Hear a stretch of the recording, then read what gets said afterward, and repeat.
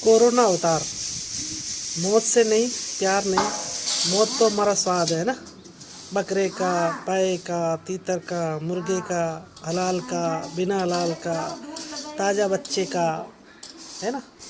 भुना हुआ, छोटी मछली, बड़ी मछली, हल्की आंच पर सिखा हुआ, न जाने कितने, बल्कि अनगिनत स्वाद है मौत के, है ना। क्योंकि मौत किसी और की और स्वाद हमारा। स्वाद से कारोबार बन गई मौत। मुर्गी पालन, मछली पालन, बकरी पालन, पोल्ट्री फार्म्स, नाम पालन और मकसद हत्या। स्लॉटर हाउस तक खोल दिए, वो भी ऑफिशियल। गली गली में नॉनवेज के रेस्टोरेंट। मौत का कारोबार नहीं तो और क्या है। मौत से प्यार और उसका कारोबार। इसलिए क्योंकि मौत हमारी नहीं है।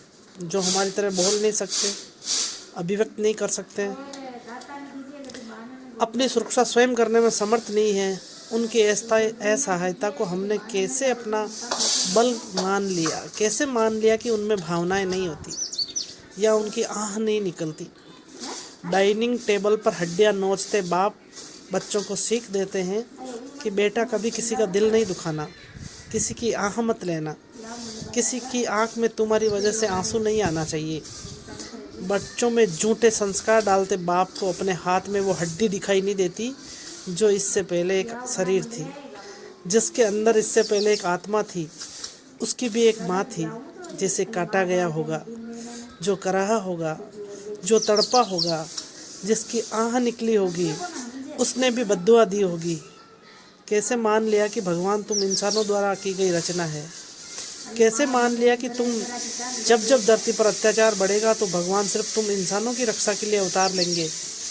क्या मूक जानवर और उस परमपिता परमेश्वर की संतान नहीं है? क्या इस ईश्वर को उनकी रक्षा की चिंता नहीं है?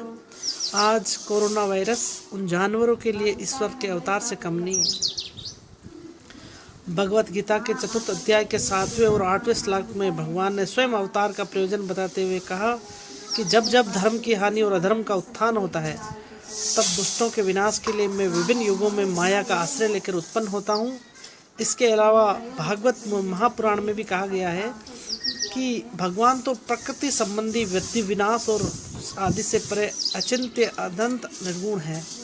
तो अगर वे इन अवतार रूप में अपनी लीला को प्रकट नहीं करते तो जीव उनके अशेष गुणों को कैसे समझते।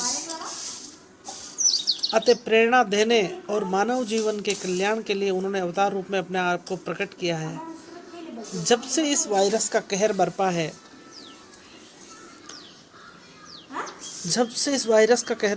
जानवर स्वच्छंद घूम रहे हैं, पक्षी चहचहा रहे हैं। उन्हें पहली बार धरती पर अपना भी कुछ अधिकार नजर आ रहा है। पेड़ पौधे ऐसे लहरा रहे हैं जैसे उन्हें नई जिंदगी मिली हो। धरती को भी जैसे सांस लेना आसान हो गया हो। सृष्टि के निर्माता द्वारा करोड़ों करोड़ योनियों में से एक कोरोना ने तुम्हारी औकात बता दी है।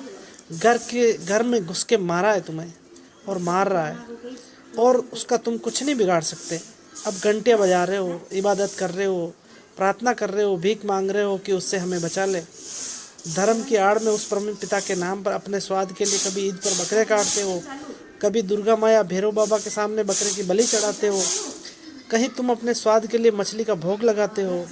कभी सोचा ईश्वर का स्वाद होता है? क्या है उनका भोजन?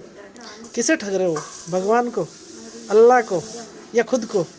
तुमने तो उस एकमात्र परमपिता परमेश्वर की भी बंटवारा कर लिए। मंगलवार को नॉनवेज नहीं खाता, आज शनिवार है इसलिए नहीं, अभी रोजे चल रहे हैं। 9 दुर्गा में तो सवाल ही नहीं उठता।